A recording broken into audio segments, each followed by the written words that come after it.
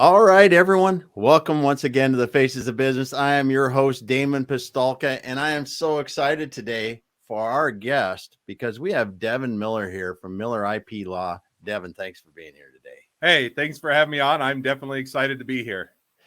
Yeah, well, we got to talking. We're a minute or so behind. We got to talking, and we're covering some stuff we're going to be talking about today. It's going to be a lot of fun. But Devin, we always start off by understanding a little bit more about our guests and the background and how you got where you are today. So, could you share a little bit of that with us? Oh yeah, that's a story in and of itself. So I'll try to give the condensed version so that doesn't take up the whole podcast. So, I would say my theme throughout vast majority of my life, at least since high school, college time frame, has always been a love of startups and small businesses and entrepreneurship. And so I went off to, or just as a background on education, I ended up getting 4 degrees, which my wife always jokes is 3 degrees too many. But I went off to undergraduate and got a electrical engineering degree as well as a Mandarin Chinese degree. And then when I went off to graduate school, I ended up going and doing an MBA as well as a law degree. And really the reason was because I got done with undergraduate, main focus was on electrical engineering. And I said, hey, I like electrical engineering, but I don't want to be an electrical engineer in the sense that I didn't want to, typical electrical engineer, you're a small cog in a big wheel. You're working on a project for a long period of time, and you don't really get to have any say in the project until the end of your career. And I'm like, I don't want to do that. So with that, I kind of had 2 paths I could take. One was either entrepreneurship and business, or the other was I also found intellectual property on the law side to be interesting. So rather than pick one or the other, I just went straight down the middle, did both, got the MBA, got the law degree, started a business, or did a startup while I was in the law school and MBA school, also worked as an attorney, and really been chasing both of those ever since, and always pushing my career to where it allows me to do both at the same time. So that's about as quick as an introduction as I could reasonably do. 4 degrees. There we go.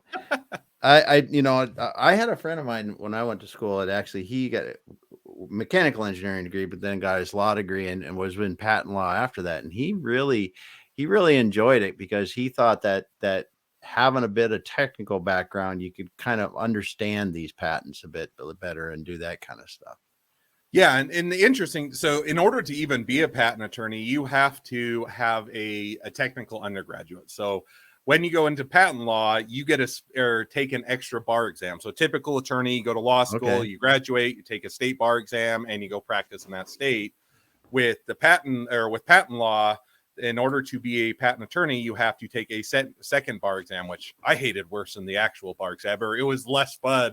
And so in order to even qualify or to sit for that patent bar, you have to be you have to have a technical undergraduate. So engineering, mechanical, electrical, chemical, computer, some math, some or physics and that, but you have to have, so anytime you meet a patent attorney, they're always going to have a technical undergraduate, because basically the patent office is saying you have to have that in order to understand the technology well enough to represent clients.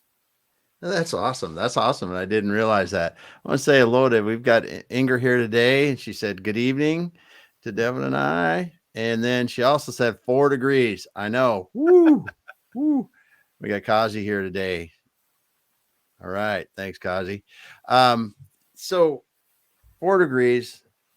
What, and you said love of startups. You started up somewhat while you're in college yet. So what really draws you into startups?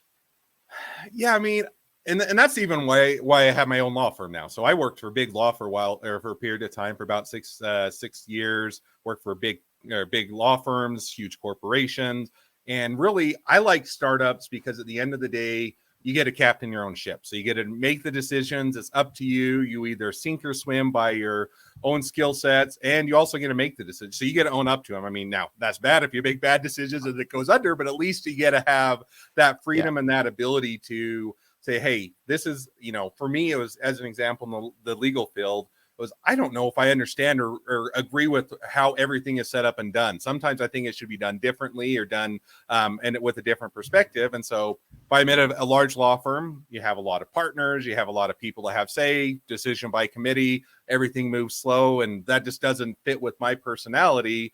And so whether it's the legal side or whether it's the other startups I've been a part of, I just like to be able to say, hey, I have a good idea. I want to be able to implement it. And I don't want to have to go through a lot of chains of command, and I have to go through decision by committee. Mm-hmm. Yeah, that's true. It is. Yeah, with your experience in the bigger firms and bigger corporations, that is a big deal. Compared to, like you said, a little piece, a little cog in a big wheel, or compared to what you said, but it's, yeah, so true. So true. That is one of them. Oh, we got Matt Goosey here today. He said he's got 3 patents, but hackers should have them for the best team. Oh yeah. Unfortunately, Matt's a Wisconsin guy, if you can't tell. And we'll just excuse him for that. Hey, everybody's got to have a team they root for. Yeah, they do. That's for sure. So when we're talk a little bit more about this. I mean, you've got some deep roots where you're at. I think this is cool too. So tell us a little bit about the area where you're at and yeah. So I'll claim the area where I'm at as a place I grew up. So technically where I have our office right now is about 1 city over. It's still really close, but where I grew up was in a smaller town. It was a farming community. It's called Morgan, Utah. Population probably, at least when I grew, it's growing way too fast now, but when I grew up, it was 2,000 or 3,000, somewhere around there. Yeah. Now we're by big cities. I'm not way out in the booties, but it was a small farming community. But so my family has roots, honestly, to the foundation or founding of that community. So you go back to about the 1850s, and you had some of my ancestors that founded the community, started it, and actually started as just a sawmill where they got it started, and they and grew from there, and then it grew into a farming community. But I grew up really kind of doing. I wouldn't say myself as a farmer, because farmers have to work a lot harder than I do. But I grew up on a farm where I was always helping my grandpa, whether it was haul hay, herd the cows, move everything around, shovel all of the waste products of the animals and everything else. Plenty of that. And so it gave me an appreciation both for people that work hard as well as to get a good work ethic. And so while I didn't keep on with the farming tradition as much, it was one where it kind of cemented it, where I had generations of farmers that worked hard and learned those lessons that got passed down to me. And it's one where now I try, and even though I don't do as much farming, I try and pass that down to my kids as well, and have that same, or give them some of those same opportunities. Yeah, we were talking about that. So you've got 4 kids. You said their ages 7 to 12, and you are, and we're going to get into Miller IP law and talking about that. But talk about this. You're launching a food truck with your kids. I am. So, and that's what everybody's like, attorney doing a food truck. How does that? It has nothing to do with the legals. Awesome. Although I did file a trademark for the name of the business, so technically I did tie it back into intellectual property.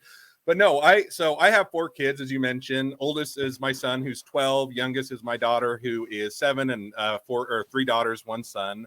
And I was always looking. So I wish I'd had more entrepreneurial opportunities as growing up. Now, worked on a farm, great experience, but I never really had an ability to start my own business or to be involved with it to a young age, until really I got off to college and even graduate school. And I wanted my kids to have an opportunity to do that. Now, they're not going to be an attorney, and while they do help me out with some projects here in the office and help to be some of the cleaning crew and that, they really haven't had an opportunity to do anything entrepreneurial. So I was kind of always figuring out what could that be. And I landed on, of all things, a food truck. And I thought, hey, that'd be fun. They would get to interact with people, so they get to learn how to communicate, how to talk, get to work hard, figure out new ideas and everything else. And so I started a food truck. It's called the Bear Den. And it is one where, man, it's taken way longer than I anticipated it would. All of the government bureaucracy slows down everything. But we're getting ready to launch it here probably in the next 3 to 4 weeks. And so our idea is basically during the winter, we're going to do build your own hot chocolate. So you get to choose a flavor, you get to choose the toppings, you get to choose everything. And it's kind of a build your own hot chocolate bar. And then in the summer, we're going to flip that, and we're doing build your own popcorn. So they get a popcorn in the summer, hot chocolate in the winter, and then there'll be a few things. And so then my kids have been there all along the way. We started out converting an old Airstream 1972 Airstream over into a food truck. So we did that. We actually customize it, cutouts are part of the wall so that people could come up to it. They got to help out with that. They got to help out the decorations. They got to help out with hanging the shelves and everything else. So it's been a fun opportunity. I don't know if we'll make exorbitant amounts of money, but I think it'll be a fun opportunity for one, them to work with that, and two, for them to get that kind of entrepreneurial experience at a younger age. Yeah, I think that is really cool, and really cool. Something you can do with your kids. It's gonna be fun no matter what, and it has been. It sounds like so. Already been a fun experience, so yeah, only more to come. Yeah. Well, now let's move forward from that fun stuff to the fun stuff about Miller IP law and IP law in general. So, what I mean, I looking at your website, the one thing I was noticing about your website, and I really appreciate, is you've really taken I don't know if it's definitely different from big law firms, like their approach, because you have a DIY option, you have a consulting, a consultative kind of approach option where I could talk to you for a while, let's figure out some things, or you can go, hey, here's a one-time fee kind of option for you to do a trademark or whatever it is in the IP. What really inspired you to go that way and give people these options like this?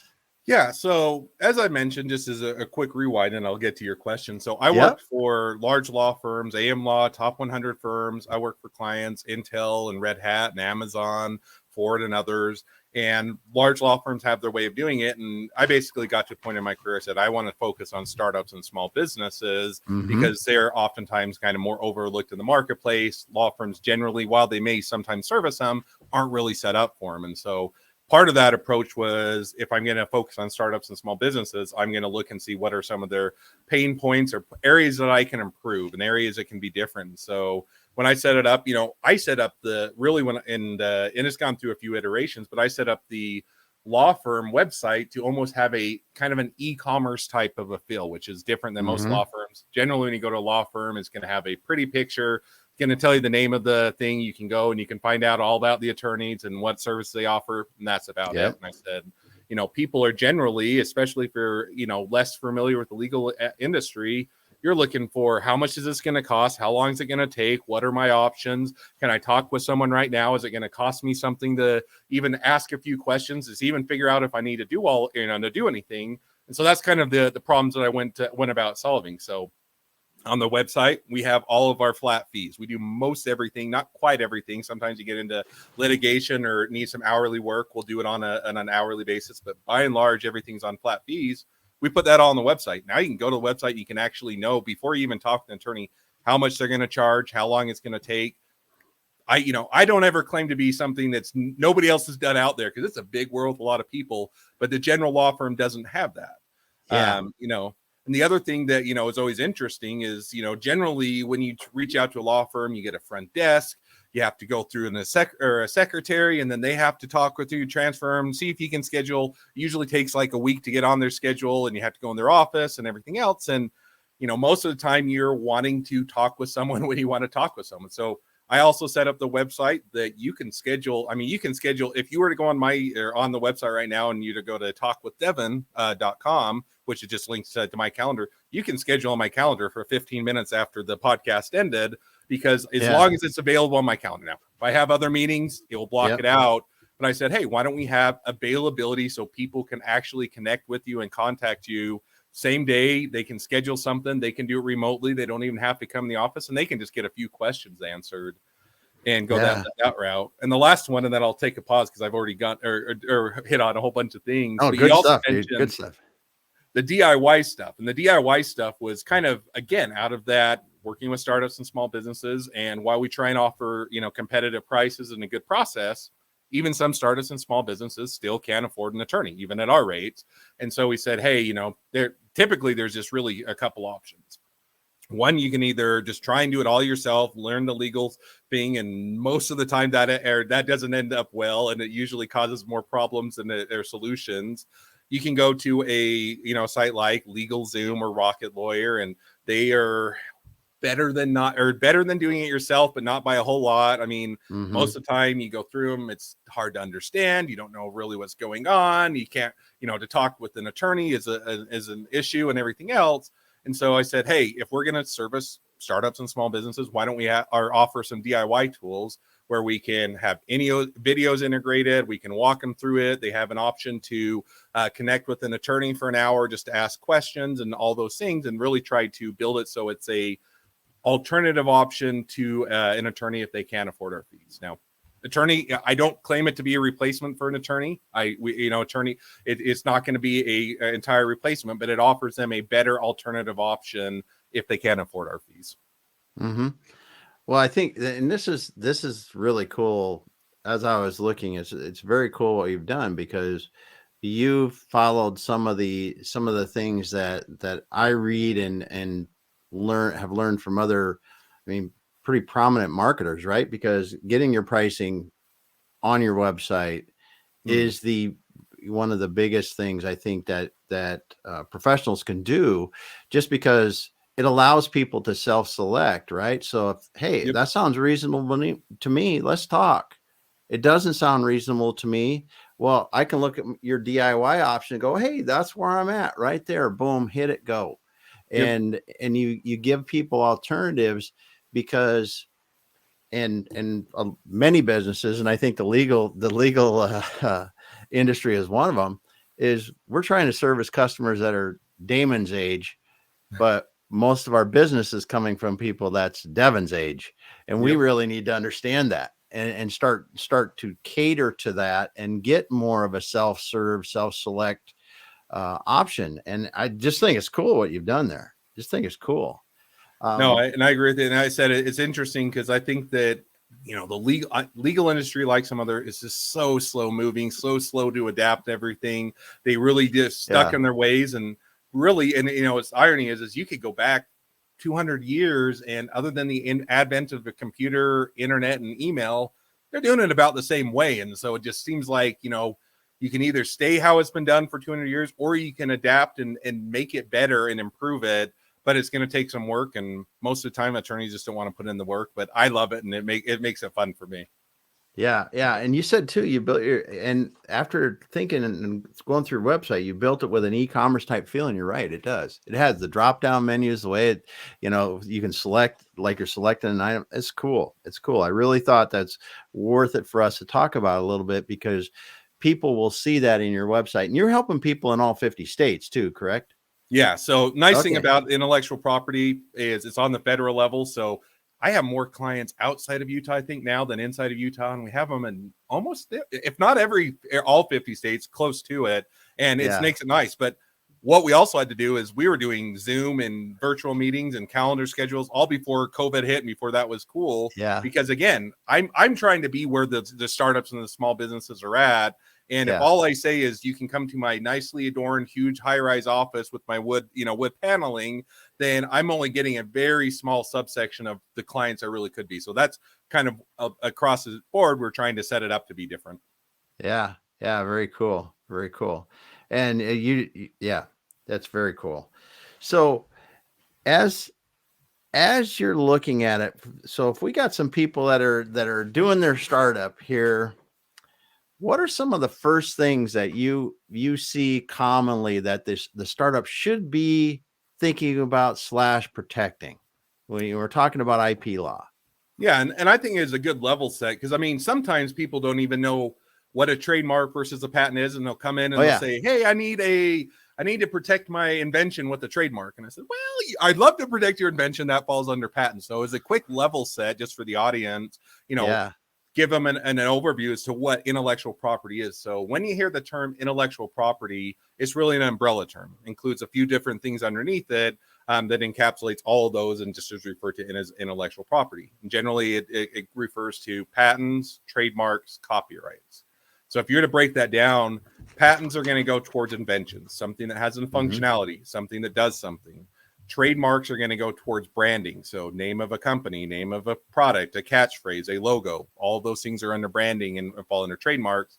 And copyrights are going to be for creatives. And so that can be a picture, a sculpture, a painting, a photograph, a book, a video, all of those things tend to fall under copyrights. And so probably the first thing that they should, realize is the difference between each one of those and where their business is, and realize, it's not only, hey, do we have a brand, but is the brand part of our business? In other words, sometimes people will come in and say, I need everything. And I says, okay, well, we can do everything, but it's going to be probably a bigger budget than you want. But let's whittle it down to what's the value of your business? Do you guys have a really cool product that's unique and innovative out in the marketplace, and that's what drives your value? Then go for more of a patent. If you're a service-based business and really it's all about branding, and you can, have a better reputation and get better reviews than everybody else, then you're going to look for trademarks. And so that's kind of where you start to break it down. Okay, good.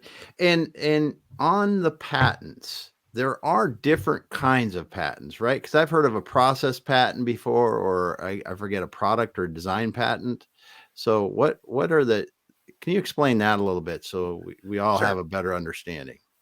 Yeah, so the vast majority of the time when you hear someone say a patent, they're usually referring to what's called a utility patent.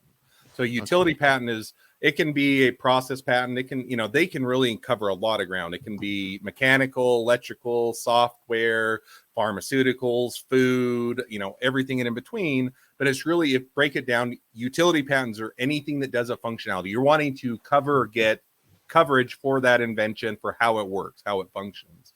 Now, to your point, there is also what's called a design patent. And a design patent is going to be something that is non-functional, but it has a unique aesthetic nature that is different than what's out there.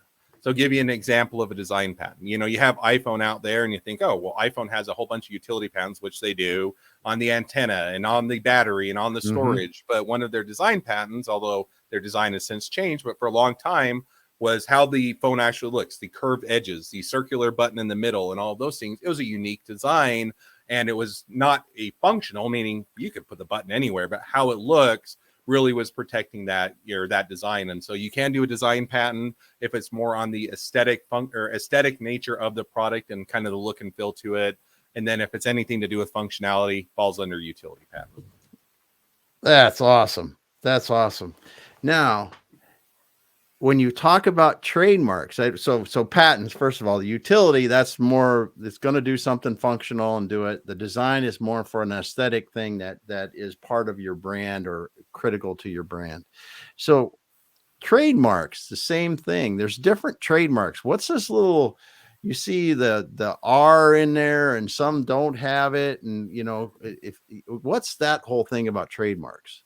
Yeah, and I'll dispel the myth first. Just because it doesn't have an R or TM doesn't mean it's not trademark. It just means that they didn't put that as part of it. And so there isn't TM. Now there's benefits to putting it there, but there is no legal requirement that you have to, in order to have a trademark, put an R or TM by whatever you have registered or trademarked. And so sometimes people say, well, they don't have the R or the TM, so that's not trademarked, right? And I said, well, that's not necessarily true. Yeah. They can still have it. And the reason why you put that is it gives people a legal notice that, hey, I believe this is a trademarkable term. I believe that I have rights here. And if you violate them, I can get increased damages. So a lot of times people put it there because they want to get increased damages if they ever have to go through for infringement. But you don't have to have it. Now, with that said, there is typically three of them. Two of them are trademarks, but three that kind of get confused. So you have the TM, you have the R with the circle, and then you have the C with the circle. So the TM is basically, hey, I don't have a registered trademark, meaning I haven't gone through the federal registration process, but I think I have a brand and I have what are called some common law rights or state law rights. So you have some very limited rights. By being the first user of a brand, you do have some very limited common law rights that are associated just by the use of it. So that's kind of what a TM means. It's hey, I haven't gone after an actual federal registration, but I think I still have some trademark rights here, and so I'm putting you on notice.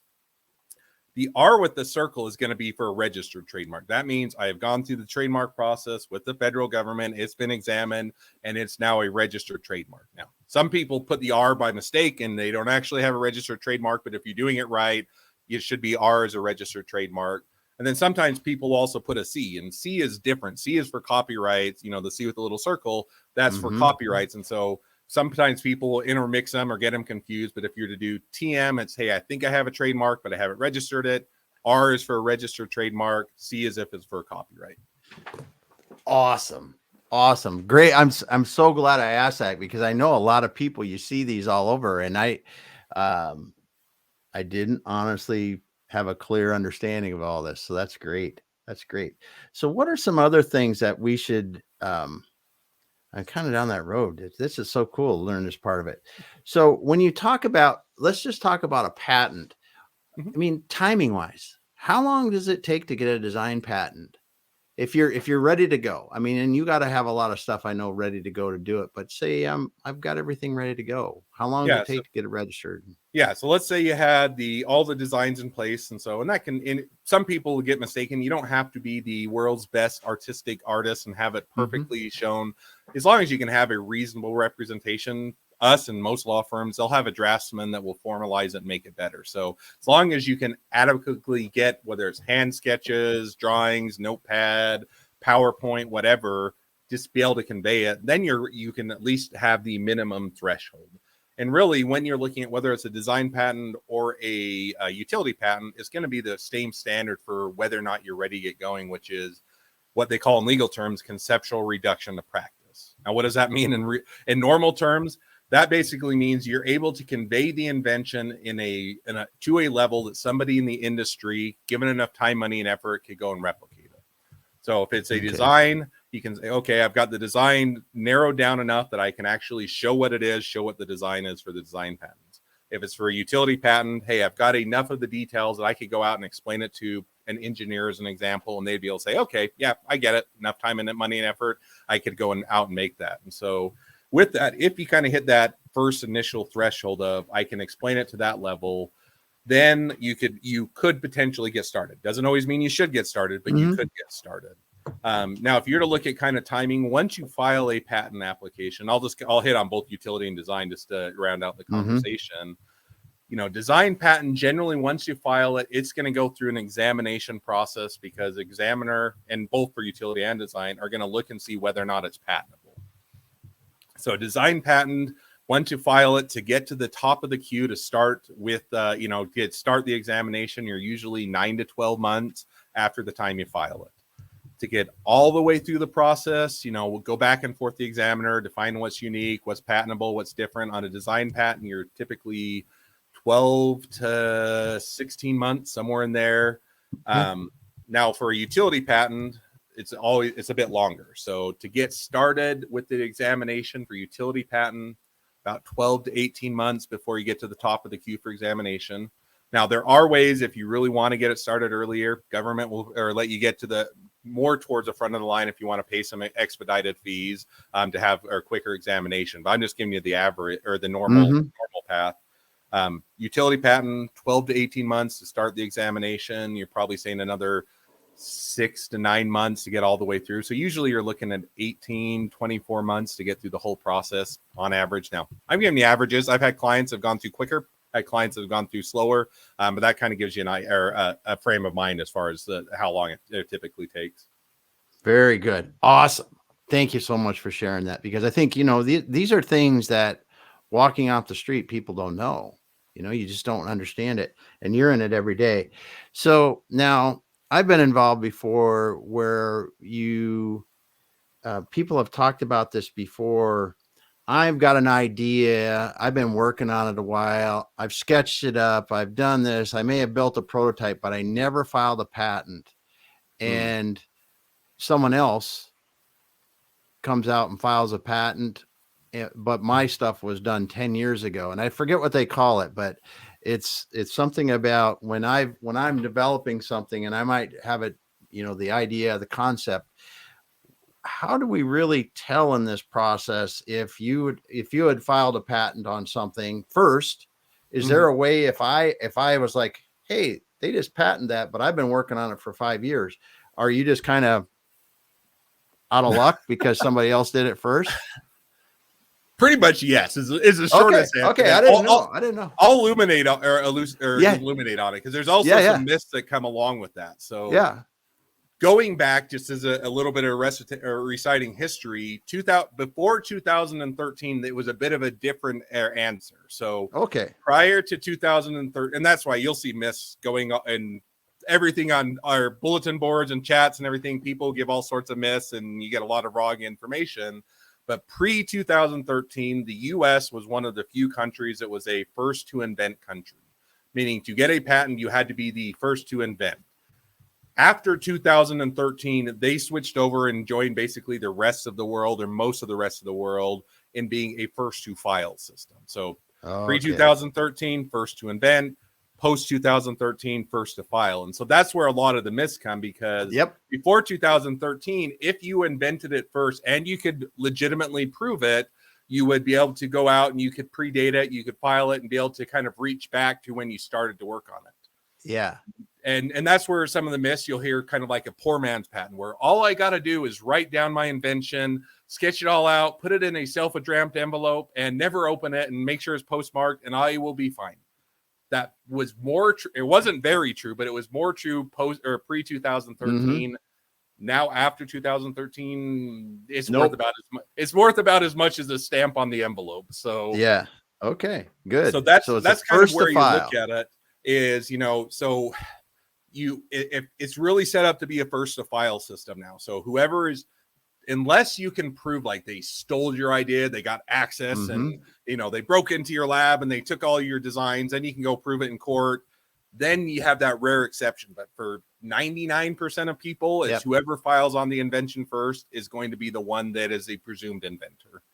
That's awesome. That's awesome to explain that, because I know. So, what you're really saying though is if you got something you think you should be patented, you should probably get to patenting.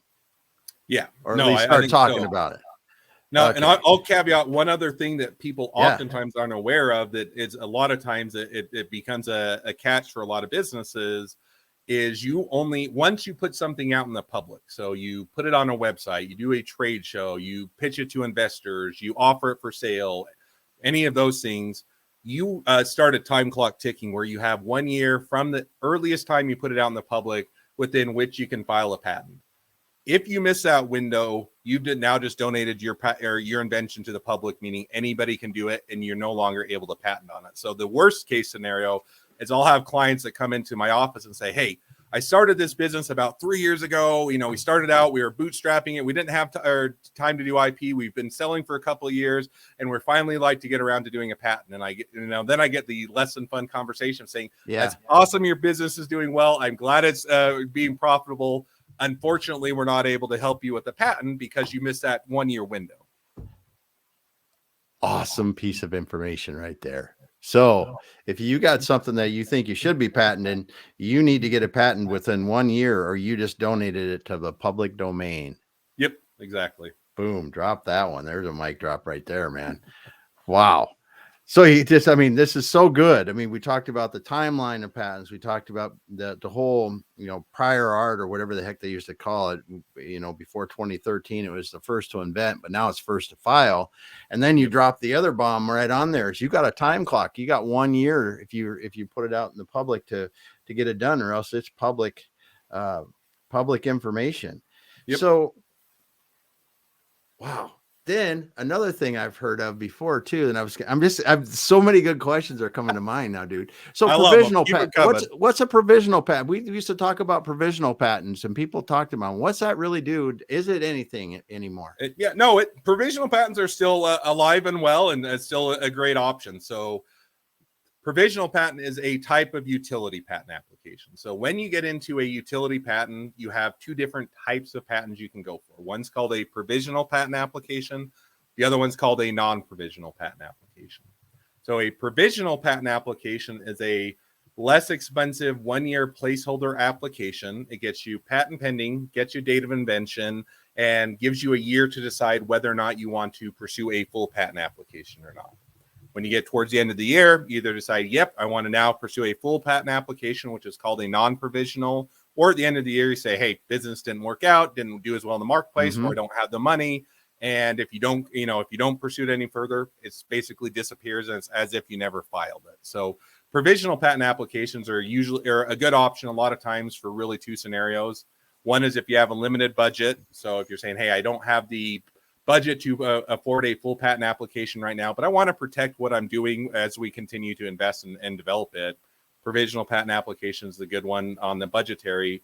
The other one, a lot of times it fits in is, hey, we're pretty early on in our invention or product, and we'd like, we still have a lot of R&D, research and development, figuring things out, but we're on to something, and we want to make sure what we've done right up to till now is still protected. Why we take the next year and we continue to develop it and iterate and finalize a product. And so that's where a lot of times provisional patent applications come in, as it gives you that 1 year placeholder to be able to either save up the budget and or to further develop it.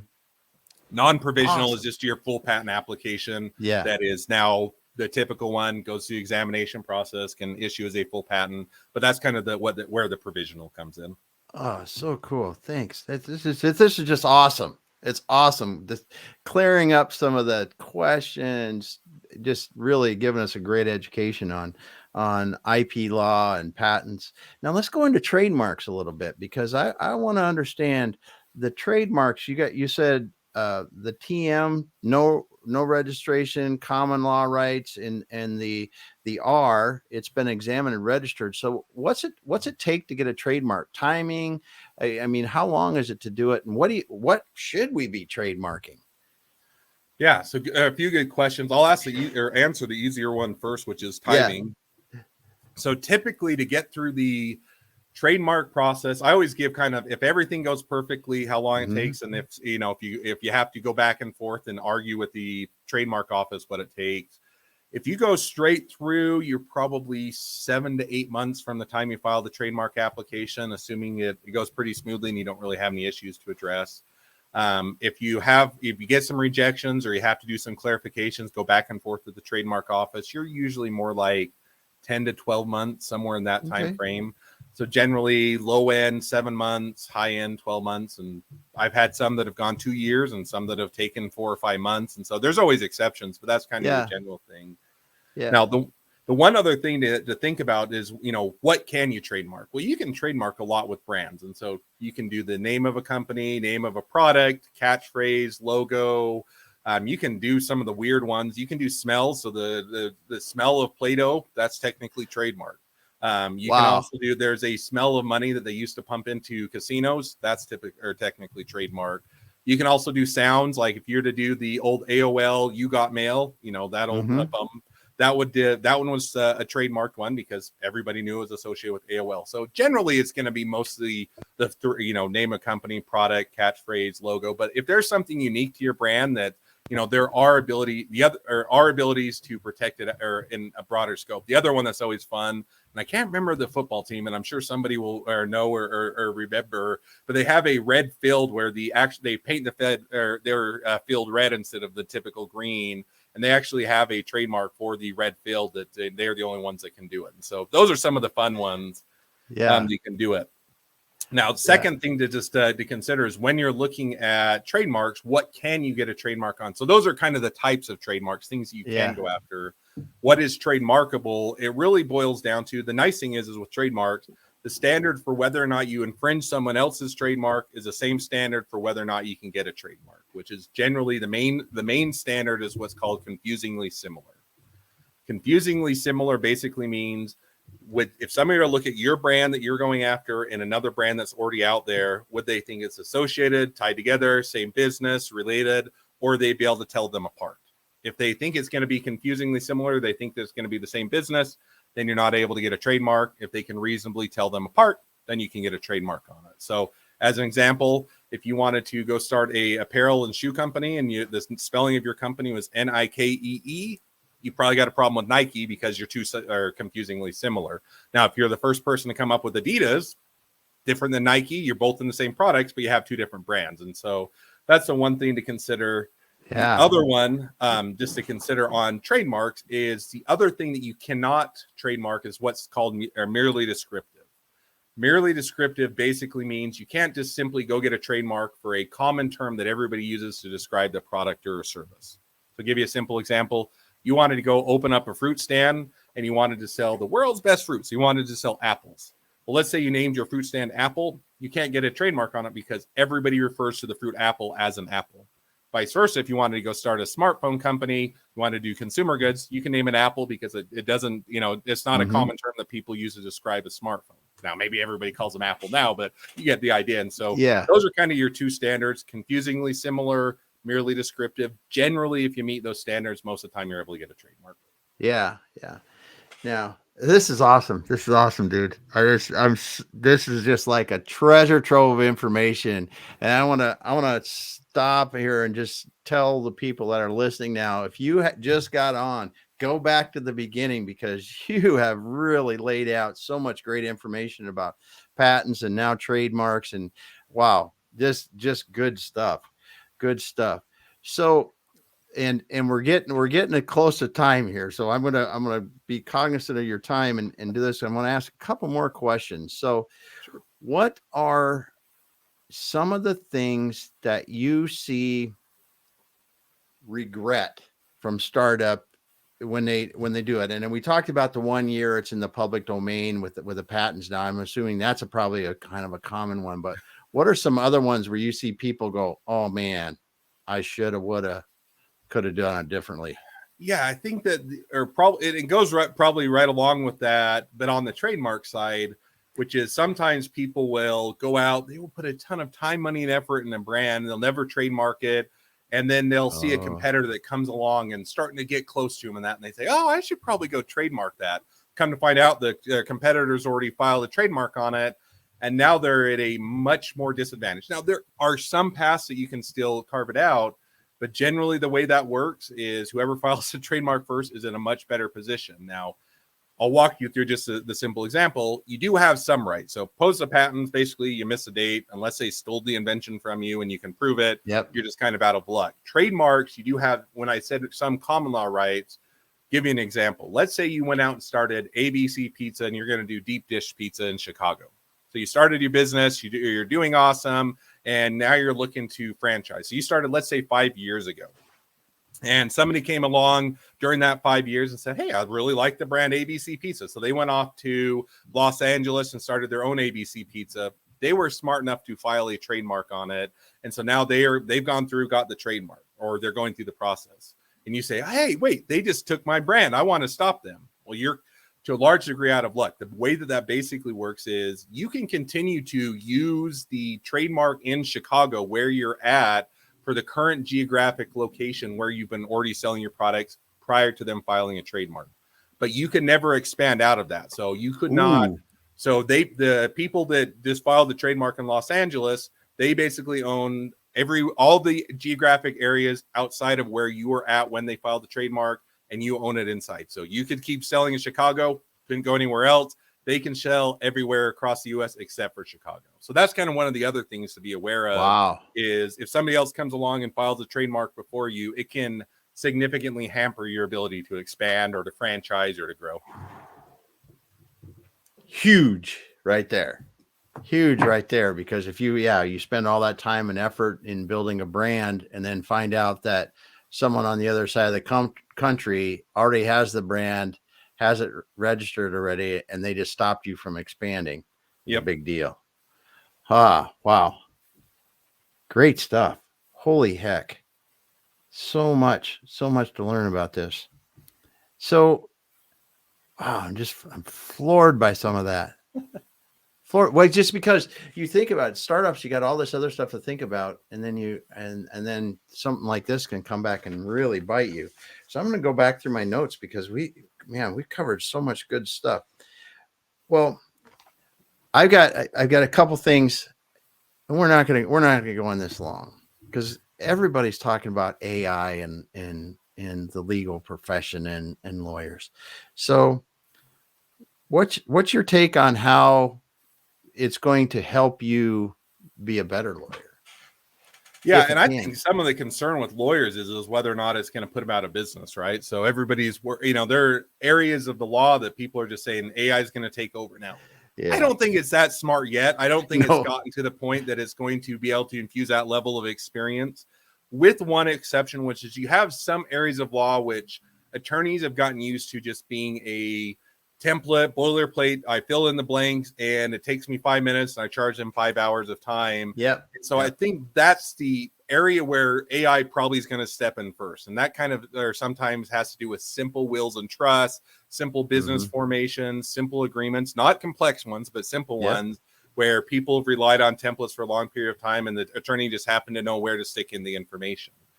For the vast majority of the legal or legal arena, I don't think the AI is there yet. Maybe it'll get there someday. It'll get smart enough, and it will replace all the attorneys, and then everybody will be happy because they don't have to deal with attorneys anymore. But until then, I think that the main thing is it tends to be. I've seen a lot of applications in it being tools for an attorney, so to reduce their time, to cut down.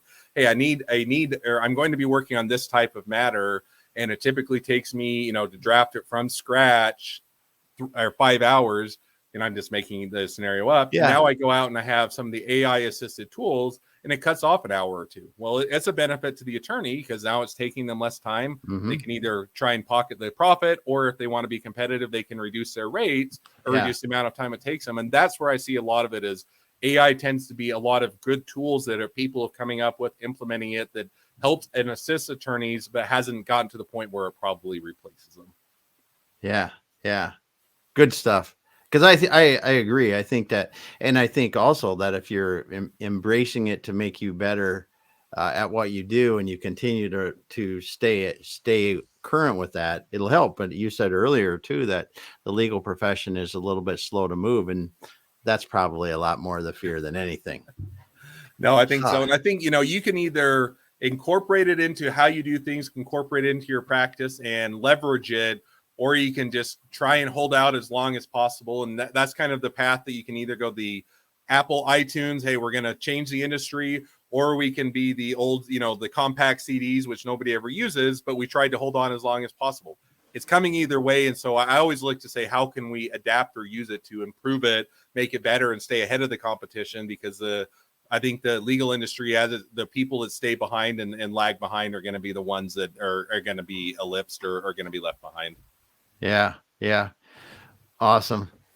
Well, Devin, I want to thank you so much for being here. And Angela just said hello, dropped in. Angela, thanks for being here today. But Devin, thanks so much, man. We're past our time already, and I wish we weren't, but gotta let you go, man, and let you get on with your evening. But Devin, where can people get a hold of you? Give us your website and where people can get a hold of you. Absolutely. So I'll give them 3 ways to get a hold of me, depending on what they want to get a hold of me for and how they want to get a hold of me. So I'll start with social media. I know the law firm has presence in all the major social media platforms. The place that I am personally the most active is on LinkedIn. I just tend to like the business, or type of approach to it.